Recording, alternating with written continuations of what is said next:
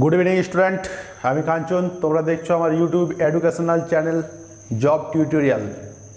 এখানে আমি তোমাদের কম্পিটিটিভ এক্সামের প্রিপারেশন দিয়ে থাকি। এর আগে রিজনিংয়ের চ্যাপ্টারগুলো করিয়েছি, এর পাশাপাশি অ্যাডিশনাল কিছু সাবজেক্ট, কিছু হাতের কাজ ইলেকট্রিক্যালের সেগুলো শেখাই, তার একটা ক্লাস করিয়েছি। আজকে ম্যাথের প্রথম ক্লাস, যেখানে আমি তোমাদের শেখাবো নাম্বার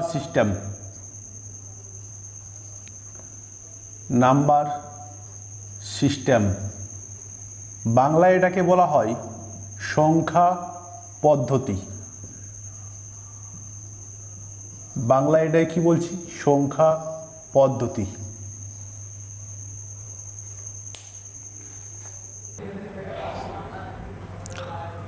অঙ্ক নামটা শুনলে অনেকেরই ভয় লাগে। ধীরে ধীরে স্টেপ ওয়াইজ করে যাও, এতটাও ভয় লাগবে না এবং এতটাও কঠিন কিছু নাই।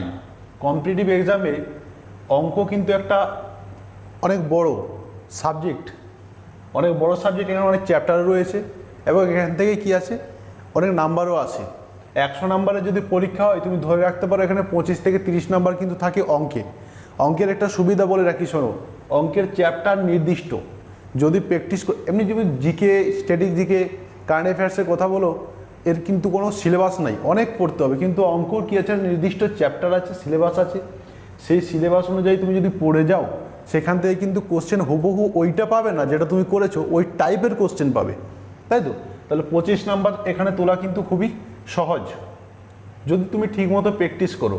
আর তারপরেও অঙ্ক অনেকের কী হয়, ভয় লাগে। কেন ভয় লাগে তার একটা উদাহরণ তোমাকে দিই।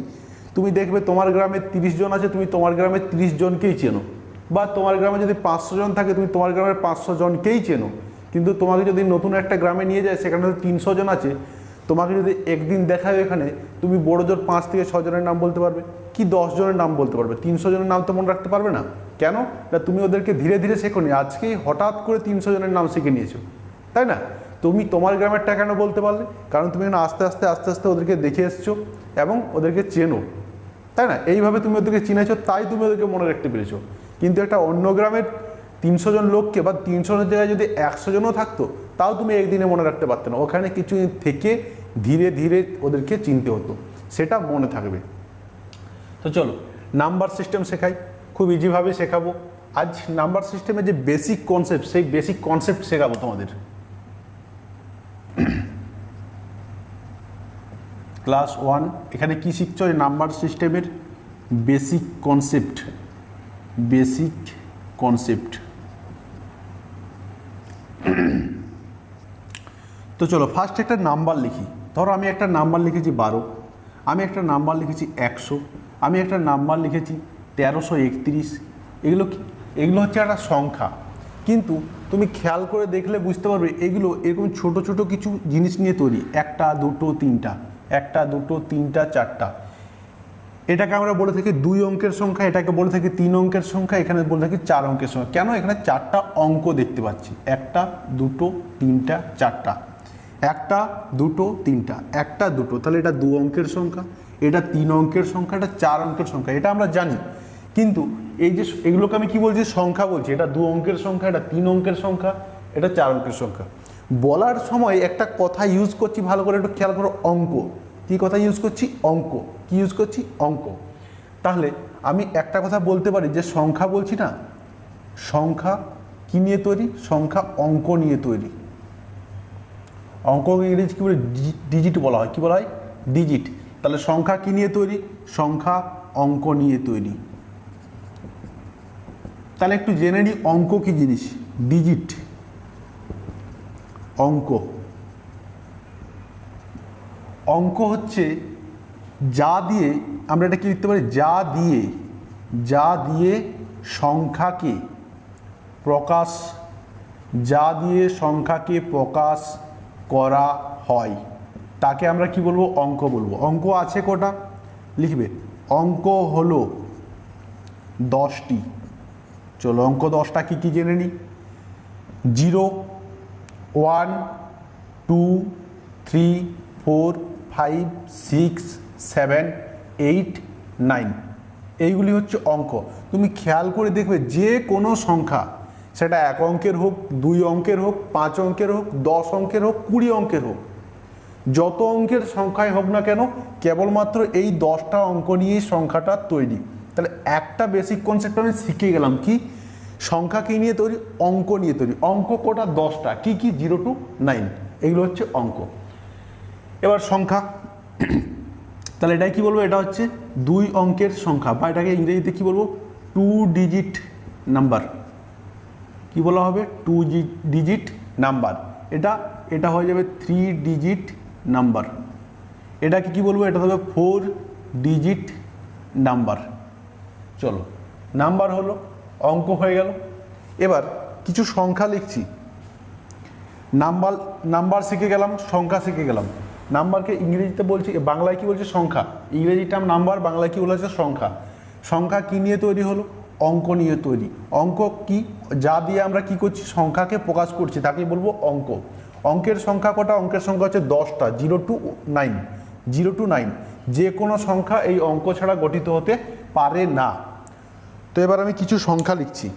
0 কি সংখ্যা, না, 0 কোনো সংখ্যা নয়।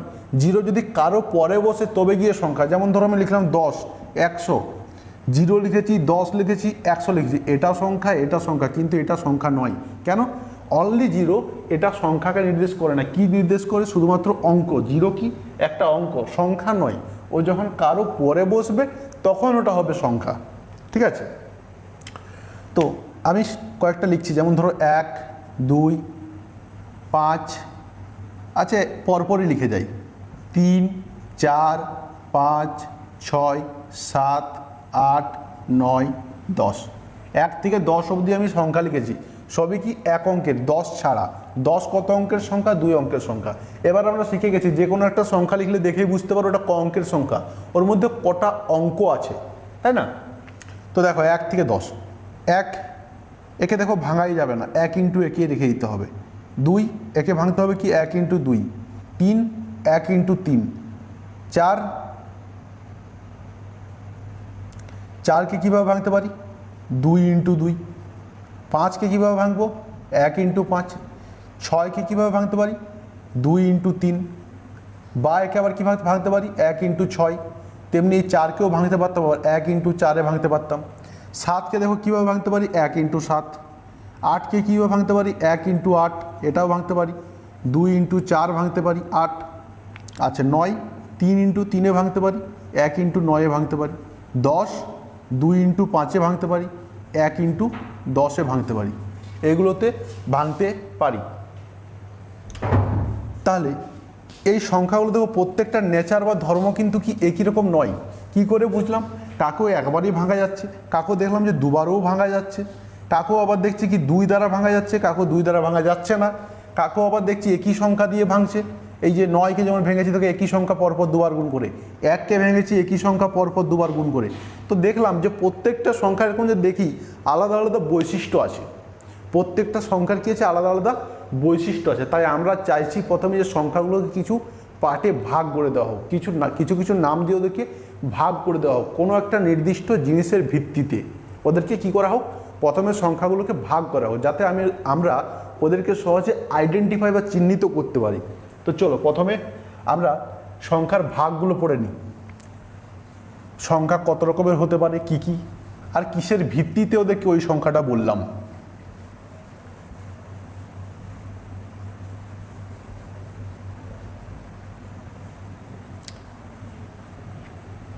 সাথে এটাও বলে রাখি, আমার অফলাইন কোচিং সেন্টার ঝাড়গ্রাম, এটা ঝাড়গ্রামে আছে জব টিউটোরিয়াল এম নামে। গোপীবল্লভপুরের একটা ব্রাঞ্চ খোলা আছে যেটা আছে জব টিউটোরিয়াল বি নামে। যদি এখানে অফলাইনে কেউ পড়তে চাও, এখন তো লকডাউনের পরে যদি কেউ পড়তে চাও, এই যে এখানে অ্যাডভার্টাইজ তার দেওয়া আছে, নাম্বার দেওয়া আছে, এখানে যোগাযোগ করতে পারো। আর বর্তমানে যদি কেউ লাইভ ক্লাস করতে চাও, গুগল মিটে লাইভ ক্লাস করানো হয়, তার জন্য এই নাম্বারটাতে যোগাযোগ করো, এই প্রথমের নাম্বারটাতে। চলো, তো নাম্বার শিখে নিয়েছি, সংখ্যা শিখে নিয়েছি। প্রথমেই দেখব ন্যাচারাল নাম্বার। প্রথমে কি দেখব, ন্যাচারাল নাম্বার। বাংলায় কি বলবো, বাংলায় বলবো স্বাভাবিক সংখ্যা। বাংলায় কি বলা হবে, স্বাভাবিক সংখ্যা। এর একটু গবেষণা করে দেখা যাক অ্যাকচুয়ালি ন্যাচারাল নাম্বার বা স্বাভাবিক সংখ্যা জিনিসটা কি। দেখো, এক থেকে শুরু করে, স্বাভাবিক সংখ্যা কাকে বলে বলছি শুনো, এক থেকে শুরু করে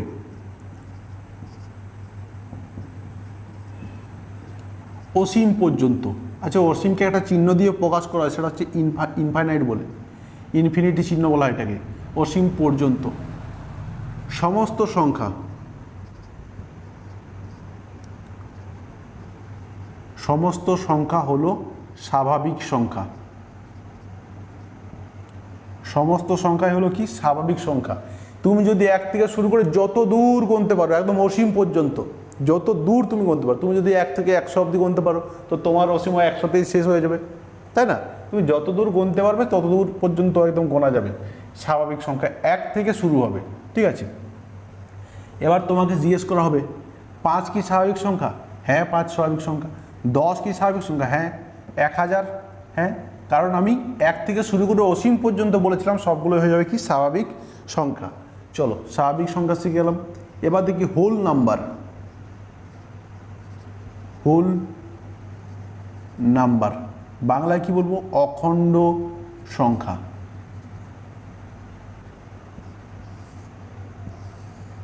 বাংলায় কি বলছি? অখণ্ড সংখ্যা। দেখো, স্বাভাবিক সংখ্যাতে কি শিখেছিলাম? 1 থেকে শুরু করে যত দূর গোনা যায় সবটাই কি? স্বাভাবিক সংখ্যা। তেমনি হোল নাম্বার বা অখণ্ড সংখ্যাতে কি শিখবো? 0 প্লাস স্বাভাবিক সংখ্যা, কিছুই না, স্বাভাবিক সংখ্যা যা শিখেছিলাম ওর সাথে কেবলমাত্র 0টা অ্যাড হয়ে যাচ্ছে, স্বাভাবিক সংখ্যা। তাহলে স্বাভাবিক সংখ্যার সাথে যেইকে 0 অ্যাড করে দিলাম তাদেরকে আমি কি বলবো? হোল নাম্বার, বা বাংলায় বলা হবে অখণ্ড সংখ্যা। তাহলে 10 কি অখণ্ড সংখ্যা? হ্যাঁ, 10 অখণ্ড সংখ্যা। 0 কি অখণ্ড সংখ্যা? হ্যাঁ, 0 অখণ্ড সংখ্যা। 2000 কি অখণ্ড সংখ্যা? হ্যাঁ, 2000 অখণ্ড সংখ্যা। এরকম করে 10,532 কি অখণ্ড সংখ্যা? হ্যাঁ, এটা স্বাভাবিক সংখ্যাও অখণ্ড সংখ্যাও, এটাও স্বাভাবিক সংখ্যাও অখণ্ড সংখ্যাও, এটা স্বাভাবিক সংখ্যাও অখণ্ড সংখ্যাও। এটা স্বাভাবিক সংখ্যা না, 0 স্বাভাবিক সংখ্যা নয়, কিন্তু অখণ্ড সংখ্যা। হয়ে গেল। তাহলে কি শিখলাম? ন্যাচারাল নাম্বার শিখলাম, হোল নাম্বার শিখলাম। আচ্ছা, এরপরে কি শিখব? এরপরে শিখব প্রাইম নাম্বার। এরপরে কি শিখব? Prime number. বাংলায় বলা হয় মৌলিক সংখ্যা।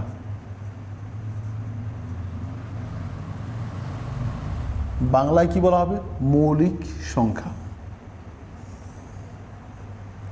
1 থেকে যে 10 লিখেছিলাম সেখানে কয়েকটা সংখ্যা, যেমন 2, 3, 5, 7, এই সংখ্যাগুলোকে একটু খেয়াল করে দেখো কীভাবে ভাঙতে পারছি। 1 × 2, এই ছাড়া অন্য কিছু তো ভাঙতেই পারবো না। আচ্ছা, এখানে 1 × 3, 1 × 5, 1 × 7, এরকম আরও সংখ্যা আছে। তুমি গনে গনে গনে গনে যত উপর দিয়ে যাবে একটা পেতেই থাকবে, তাই না? তাহলে এইগুলোকে আমি বলবো মৌলিক সংখ্যা। কিসের ভিত্তিতে বলছে সেইটা জরুরি, শেখো। কেন? দেখো, এই যে 2কে ভাঙলাম 1 × 2, কেবলমাত্র 1 আর ওই যে সংখ্যাটা আছে ওইটা দিয়েই ভাঙতে পারলাম। 3 কিভাবে ভাঙলাম? 1 দিয়ে ভাঙতে পারলাম আর ওই সংখ্যাটা দিয়েই ভাঙতে পারলাম। 5 1 দিয়ে ভাঙতে পারলাম, ওই সংখ্যাটা দিয়েই ভাঙতে পারলাম। 7 1 দিয়ে ভাঙতে পারলাম আর ওই সংখ্যাটা দিয়েই ভাঙতে পারলাম। তাহলে আশা করি মৌলিক সংখ্যার ডেফিনেশনটা বা তোমরা বুঝতে পেরেছ। কিভাবে বলবো? মৌলিক সংখ্যা হচ্ছে তারাই যাদেরকে 1 এবং ওই সংখ্যা দিয়েই ভাগ যায়। লিখে দিচ্ছি।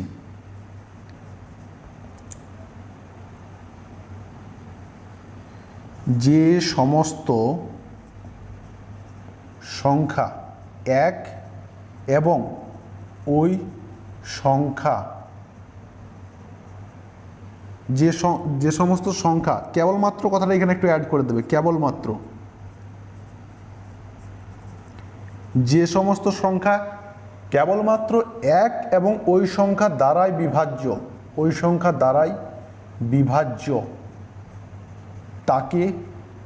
তাকে নয়, তাদের, কারণ মৌলিক সংখ্যা তো একটা নয়, অনেক আছে, তাদের মৌলিক সংখ্যা বলে, মৌলিক সংখ্যা বলে। এর থেকে কোশ্চেন হয়, আমি পরের ভিডিওটা যখন পরের ভিডিও বানাবো তখন দেখাবো মৌলিক সংখ্যা নির্ণয়। একটা সংখ্যা দেওয়া থাকবে, সেটা মৌলিক সংখ্যা কিনা সেটা তোমাকে আইডেন্টিফাই করতে হবে। আচ্ছা, এর আর একটা ডেফিনেশন হয়। কি ডেফিনেশন হয়? যে সমস্ত সংখ্যার কেবলমাত্র দুটি উৎপাদক আছে, দুটি উৎপাদক, বাংলা ইংরেজিতে বলা হয় ফ্যাক্টর। কি বলা হয়? ফ্যাক্টর। কেবলমাত্র দুটি ফ্যাক্টর বা দুটি উৎপাদক আছে, তারা মৌলিক সংখ্যা। তাহলে হিসেব করে দেখা যাক এক মৌলিক সংখ্যা কি না, এক মৌলিক সংখ্যা হবে কি না। কিসের ভিত্তিতে পড়বো দেখি, ওকে ভাঙি। 1 × 1, দেখো পরপর একই সংখ্যা দিয়ে ভেঙে গেল, তাই না? আর দুটো উৎপাদক কোথায় হলো? একই উৎপাদক তো হয়েছে, এই একটা, কিন্তু সংখ্যাটা তো একটাই, তাহলে উৎপাদক একটাই উৎপাদক পাচ্ছে, কেবলমাত্র এক। উৎপাদক কাদের বলবো? একটা সংখ্যাকে ভেঙে যতগুলো নতুন নতুন সংখ্যা পাওয়া যায় তাকে আমরা কি বলবো? উৎপাদক। যেমন 2কে ভেঙে কি পেয়েছি? 1 পেয়েছি, 2 পেয়েছি, তাহলে এর দুটো উৎপাদক।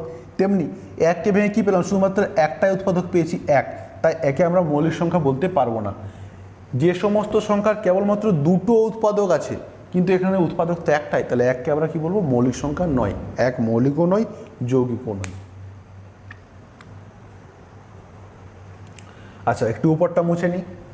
এরপরে কি শিখবো? Composite number.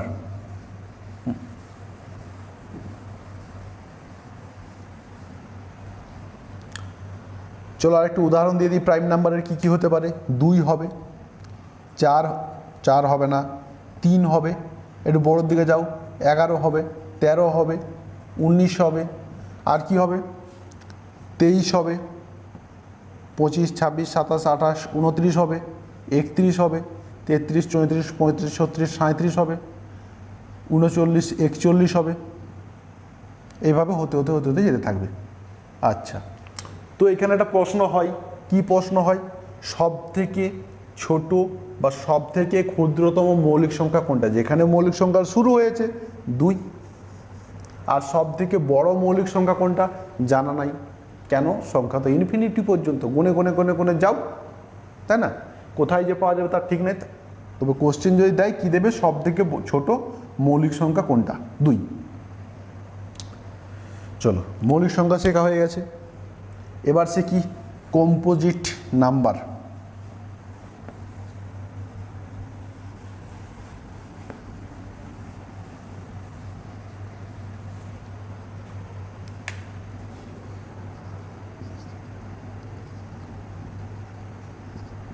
কম্পোজিট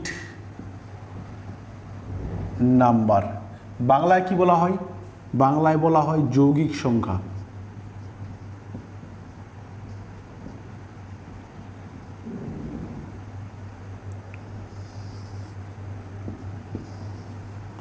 এখানে নতুন শেখার কি আছে কম্পোজিট বা যৌগিক সংখ্যাতে? মৌলিক সংখ্যার ঠিক উল্টোটা। মৌলিক সংখ্যায় কী ছিল? দুটো উৎপাদক বা ফ্যাক্টর থাকবে। এখানে কি বলো? 2 এর বেশি, অর্থাৎ সর্বনিম্ন 3টা।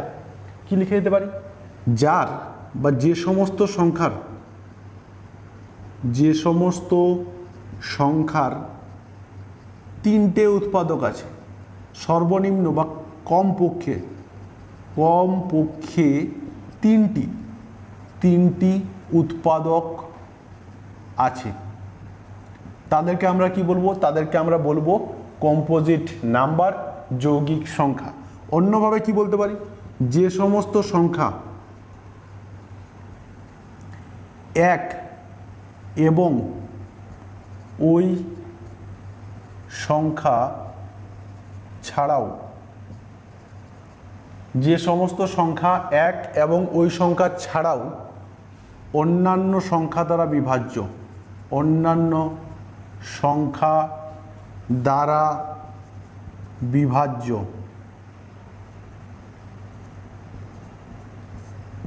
তাদের আমরা কি বলবো? তাদের বলবো কম্পোজিট নাম্বার বা যৌগিক সংখ্যা। ওকে, যেমন 2 হবে কি? না, হবে না। কেন না? 2কে ভাঙলে 1 পাবো, 2 পাবো। 3 হবে? না, হবে না। 4 হবে। কি হবে? 4। কেন? 4কে আমি কী কীভাবে ভাঙতে পারি? 1-এ ভাঙতে পারি, 1 × 4-এ ভাঙতে পারি। আর কিসে ভাঙতে পারি 4কে? 2 × 2-এ ভাঙতে পারি। দেখো 3টে উৎপাদক হলো কি না? 1 একটা উৎপাদক, 4 একটা উৎপাদক, 2 একটা উৎপাদক। 1 একটা উৎপাদক, 4 একটা উৎপাদক, 2 একটা উৎপাদক। তাহলে এর উৎপাদকগুলো কী হলো? 1, 2, 4, 3টে উৎপাদক পেলাম। আর যার সর্বনিম্ন 3টে উৎপাদক থাকবে তাকে আমরা কি বলবো, যৌগিক সংখ্যা। আর একটা ডেফিনেশনে কি বলেছিলাম, যে সমস্ত সংখ্যা এক এবং ওই সংখ্যা ছাড়াও অন্যান্য সংখ্যা দ্বারা বিভাজ্য। দেখো 4 এক আর এবং ওই সংখ্যা বলতে 4, ওইটা ছাড়াও তো 2 দিয়ে ভাগ গেল, তার ভিত্তিতে আমি ওকে বলছি কি যৌগিক সংখ্যা। এরকম অনেক সংখ্যা আছে, 4 হবে, 6 হবে, 8 হবে, 9 হবে, 10 হবে, 12, এরকম করে তুমি যত কাউন্টিং করতে পারো। হয়েছে? চলো এই গেল কি কম্পোজিট নাম্বার। এরপরে কি শিখবো, এরপর শিখবো ইন্টিজার, পূর্ণ সংখ্যা।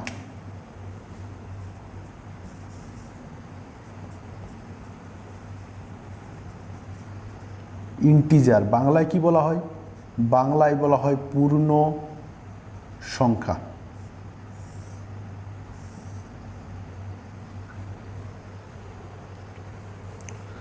পূর্ণ সংখ্যার আগে ছোট ছোট দুটো জিনিস শিখিয়ে দিই।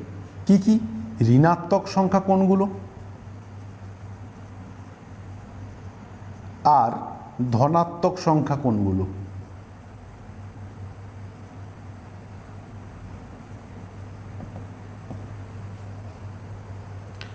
একটা সংখ্যা লিখলাম 2, দেখেই বুঝতে পারছি এটা স্বাভাবিক সংখ্যা।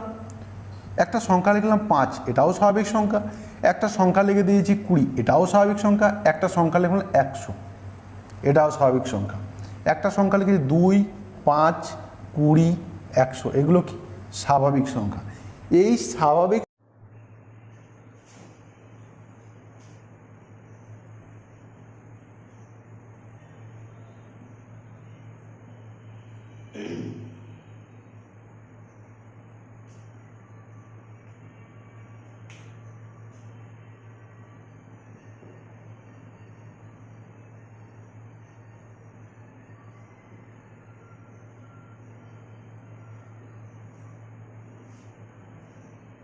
ইন্টিজার পূর্ণ সংখ্যা, এটা বলার আগে দুটো ছোট ছোট কনসেপ্ট দিয়ে দিই। একটা হচ্ছে কি ধনাত্মক সংখ্যা,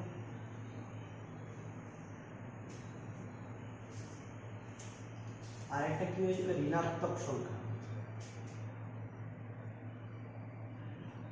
ধনাত্মক সংখ্যা আর ঋণাত্মক সংখ্যা। ধনাত্মক সংখ্যা কোনগুলোকে বলবো, ধরো যেমন 2, 5, 10, এগুলো কি হলো, এগুলো হচ্ছে স্বাভাবিক সংখ্যা।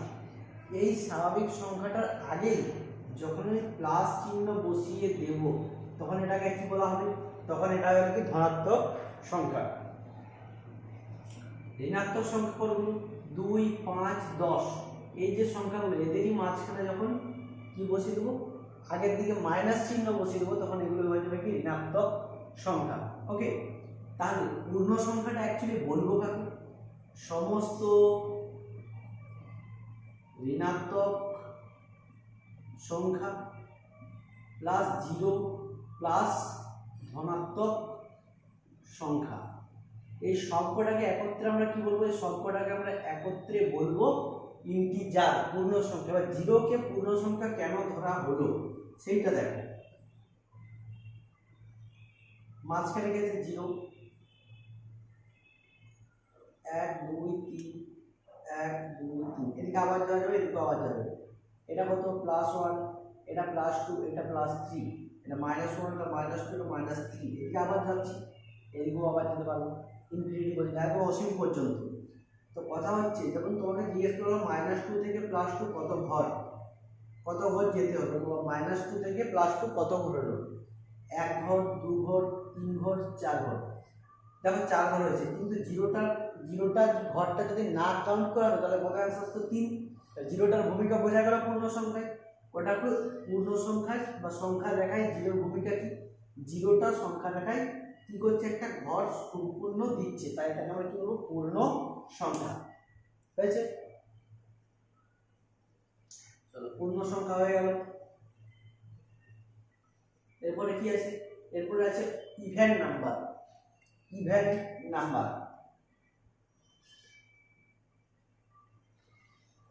ইভেন নাম্বার বা যেটাকে আমরা বাংলায় কি বলছি, জোড় সংখ্যা। কি বলছি, জোড় সংখ্যা। আর কি বলা হতে পারে, আর বলা হয় যুগ্ম সংখ্যা। যুগ্ম সংখ্যা, জোড় সংখ্যা বা যুগ্ম সংখ্যা। আচ্ছা, জোড় সংখ্যা কাকে বলা হবে?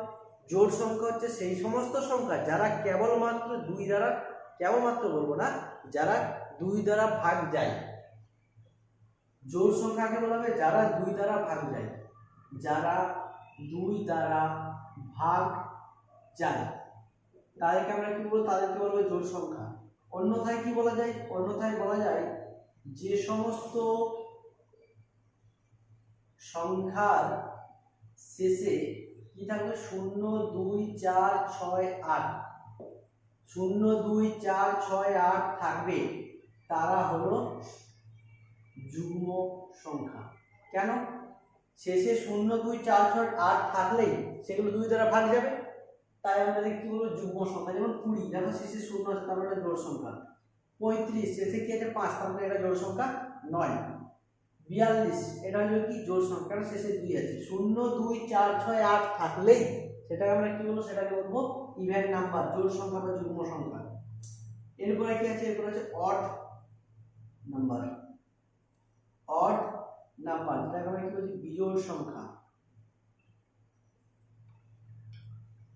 বিজোড় সংখ্যা বা অযুগ্ম সংখ্যা, বা অযুগ্ম সংখ্যা। দেখা যাক অড নাম্বার, বিজোড় সংখ্যা বা অযুগ্ম সংখ্যা করবো, ঠিক ওর উল্টোটা, তার জোড় সংখ্যার উল্টোটা। যাদের বা যারা দুই দ্বারা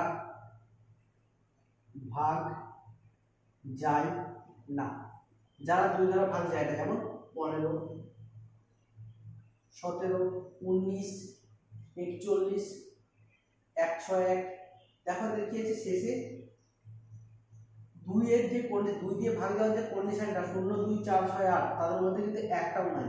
তাহলে যারা দুই দ্বারা ভাগ যায় না বা যে সমস্ত সংখ্যা দুই দ্বারা ভাগ যায় না তাদেরকে আমরা কি বলবো? বিজোড় সংখ্যা বা অযুগ্ম সংখ্যা। অন্যথায় কি বলা যায়? যে সমস্ত সংখ্যা শেষে, যে সমস্ত সংখ্যার শেষে 1, 3, 5, 7, 9 থাকবে, যে সমস্ত সংখ্যার শেষে কি থাকবে? 1, 3, 5, 7, 9, তাদেরকে আমরা কি বলবো? অযুগ্ম সংখ্যা। দেখো 5 আছে, 7 আছে, 9 আছে, 1 আছে, 43, 3 আছে, তাহলে এগুলো কি হয়ে গেলো? এগুলো সব হয়ে গেলো অযুগ্ম সংখ্যা। তাহলে ইভেন হয়ে গেল, অড হয়ে গেল। এবার দেখো কি? Rational number. এবার কি দেখবো? রেশনাল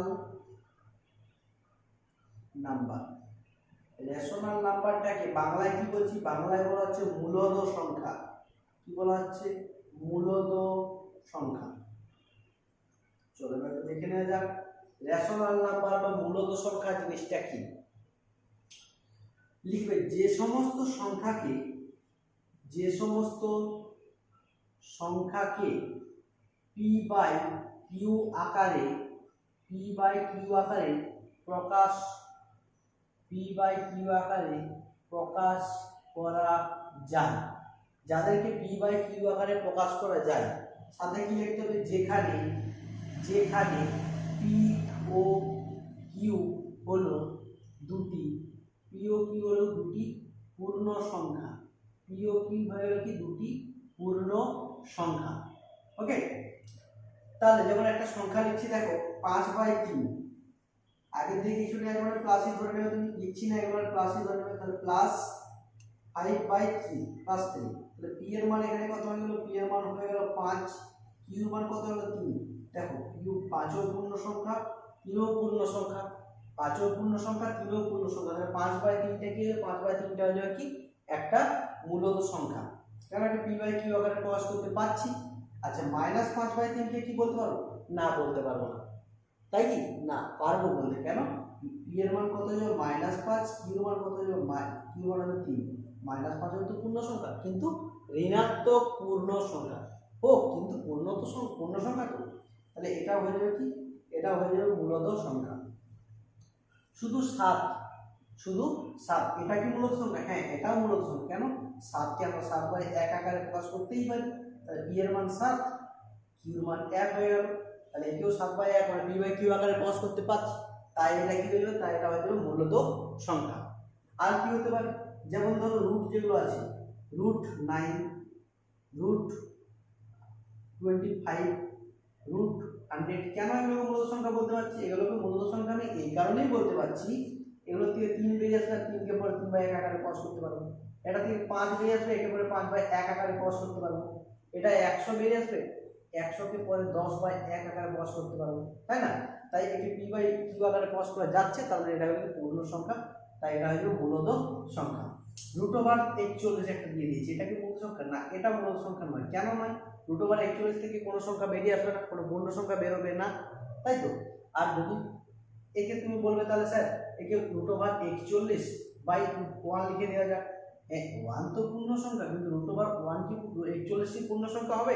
না, √41 কিন্তু পূর্ণ সংখ্যা নয়। তাহলে এটাকে p/q আকারে প্রকাশ করা গেল না, তাই এটা হবে মূলত সংখ্যা হবে না, এটা অন্য হয়ে যাবে, অমূলত সংখ্যা হয়ে যাবে। চলো এরপর দেখা যাক ইরেশনাল নাম্বার।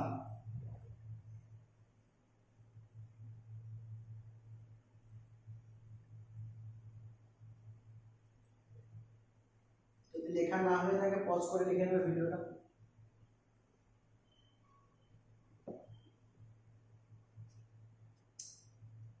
ইরেশনাল নাম্বার,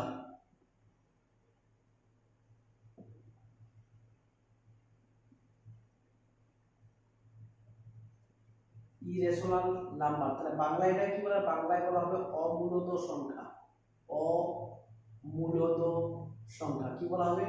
অমূলত সংখ্যা। তো মূলত সংখ্যা আমরা কি শিখেছি? যাদেরকে p/q আকারে প্রকাশ করা যায় তাদেরকে কি বলবো? মূলত সংখ্যা।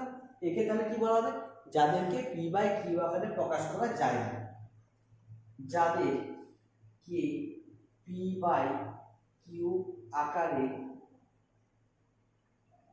প্রকাশ করা যায় না তাদেরকে আমরা কি বলবো? অমূলত সংখ্যা। যেমন √2, √3, √5 এগুলো সবই কি হলো? অমূলত সংখ্যা। কেন? এদের থেকে আর কোনো পূর্ণ সংখ্যা বেরিয়ে আসবে না, এদের থেকে আর কোনো পূর্ণ সংখ্যা বেরিয়ে আসবে না, তাই এগুলো কি বলা হবে? এগুলোকে বলা হবে অমূলত সংখ্যা। তারপরে আবার একটা দিলাম, এর সাথে মনে রাখবে পাই হচ্ছে অমূলত সংখ্যা, ই হচ্ছে অমূলত সংখ্যা, এগুলো সব কি? অমূলত সংখ্যা। ওকে, অমূলত সংখ্যা হয়ে গেল। যাদেরকে p/q আকারে প্রকাশ করা যাবে না তাদেরকে কি বলবো আমরা? অমূলত সংখ্যা।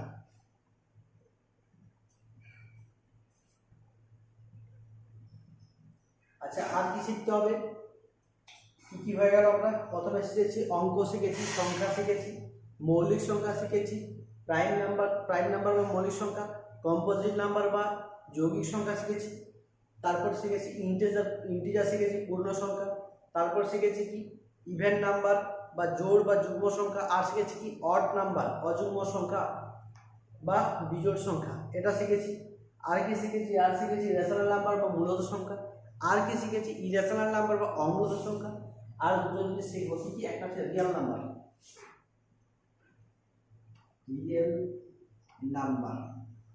রিয়েল নাম্বারকে বাংলাতে কি বলছি আমরা? বাস্তব সংখ্যা। যাদের আমরা বাস্তবে প্রয়োগ করছি, যে সমস্ত সংখ্যাকে আমরা বাস্তবে প্রয়োগ করছি তাদেরকে আমরা কি বলবো? বাস্তব সংখ্যা।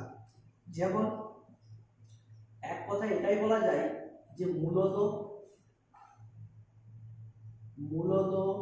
সংখ্যা প্লাস অমূলত সংখ্যা, মূলত সংখ্যা প্লাস অমূলত সংখ্যা, এই দুটো সংখ্যাকে একত্রে বলা হবে কি? একত্রে বলা হবে বাস্তব সংখ্যা। কেন না?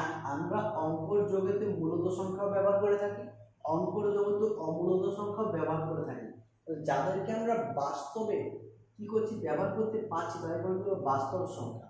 তাহলে এর উদাহরণ কি হবে? 1 থেকে শুরু করে 1, √9 হোক, √5 হোক, পাই হোক, ই হোক, এগুলো সব কি? এগুলো হয়ে যাবে সব বাস্তব সংখ্যা। বোঝা গেছে? আচ্ছা, আরেকটা হয় কি? ইমাজিনারি নাম্বার বা কমপ্লেক্স নাম্বার লিখেছি। কমপ্লেক্স নাম্বার বাংলায় কি বলা হবে? জটিল রাশি বা জটিল সংখ্যা। এগুলো 11-12 জিনিস, এখানে কোনো কাজে লাগবে না, তাও ধারণাটা দিয়ে রাখি কি নিয়ে সেটা। কমপ্লেক্স নাম্বার বা জটিল সংখ্যা, এখানে এইগুলো থাকবে না। যেমন এখানে কোন সংখ্যাগুলো আসবে? তাহলে -2, √এর ভিতরে √-2, √-5, এই সমস্ত সংখ্যা এই টাইপের, শুধু √এর ভিতরে কি থাকবে? মাইনাস থাকবে। এই সংখ্যাগুলোকে আমরা কি বলবো? এগুলোকে বলা হবে ইমাজিনারি নাম্বার বা কমপ্লেক্স নাম্বার বা জটিল সংখ্যা, তাই তো? তাহলে এখানে কিসের প্রবলেম? এখানে আই একটা টার্ম আছে, আই যার ভ্যালু হচ্ছে √1 এইটা ধরে প্রবলেম সলভ করে, কিন্তু এর মান তো কি কাল্পনিক, আই একটা কি কাল্পনিক, তাই এখানে কি বলবো আমরা জটিল সংখ্যা, এটাকে আমরা 5i লিখতে পারি, √5i লিখতে পারি। কেন? এ তো হয়ে গেল, হ্যাঁ এটা হলো কি, এটা √5 আর i এর মান কত √1 হয়ে যাচ্ছে এখান থেকে। আচ্ছা আর কি কমপ্লেক্স নাম্বার হয়ে গেল, আর একটা হয় কনস্ট্যান্ট নাম্বার, কনস্ট্যান্ট নাম্বার, কনস্ট্যান্ট নাম্বারকে বাংলায় কি বলো? ধ্রুবক রাশি, ধ্রুবক রাশি কি বলা হবে? ধ্রুবক রাশি বা ধ্রুবক সংখ্যা। এই জিনিসটা কোন, যেমন তোমাদের যদি বলে 2 টাকা দাও, তো 2 টাকায় পাওয়া যাবে, 4 টাকা বললে 4 টাকায় হবে, 6 টাকা বললে 6 টাকা, আর 100 টাকা বললে 100 টাকা, এগুলো সব কি কনস্ট্যান্ট টার্ম, তাহলে এগুলো ধ্রুবক রাশি, কনস্ট্যান্ট নাম্বার। আর কি আছে? আর কাছে variable, variable number, variable number বা যেটাকে আমি কি বলছি, চল রাশি বা চল সংখ্যা, চল রাশি বা চল সংখ্যা। আচ্ছা চল রাশি বা চল সংখ্যা জিনিসটা কি? যেমন ধরো এখানে 2 টাকা চাইলে 2 টাকা দিচ্ছ, দুটো জিনিস চাইলে দুটো দেবে, আমি তোমাকে এক্সট্রা জিনিস চাইলাম, কি চাইলাম? এক্সট্রা জিনিস, তো তুমি আমাকে কটা দেবে? এক্স এর কোনো মান নাই, এক্স এর মান 5 হতে পারে, এক্স এর মান 10 হতে পারে, এক্স এর মান 20 হতে পারে, এক্স এর মান 1000 হতে পারে, তাহলে এই এক্সট্রাকে কি বলবো? এক্সট্রা একটা ভেরিয়েবল টার্ম, ভেরিয়েবল নাম্বার, চল রাশি, বোঝা গেল? এখানে এক্স এর সমস্ত আলফাবেটিক্যাল নাম্বার যেগুলো আছে, এক্স হতে পারে, ওয়াই হতে পারে, জেড হতে পারে, এ হতে পারে, বি হতে পারে, সি হতে পারে, এগুলো কি বলবো? এগুলো হচ্ছে কি চল রাশি। এটা হচ্ছে কি নাম্বার সিস্টেমের বেসিক কনসেপ্ট। ক্লাস 1 হলো আজকে, ক্লাস 2 পরে পড়াবো। যদি ভিডিওটা ভালো লেগে থাকে অবশ্যই লাইক করবে, শেয়ার করবে তোমাদের বন্ধুদের সাথে, যারা কম্পিটিটিভ প্রিপারেশন নিচ্ছে তাদের সাথে, আর অবশ্যই চ্যানেলটাকে সাবস্ক্রাইব করবে। থ্যাংক ইউ ফর ওয়াচিং, দেখা হবে পরবর্তী ভিডিওতে।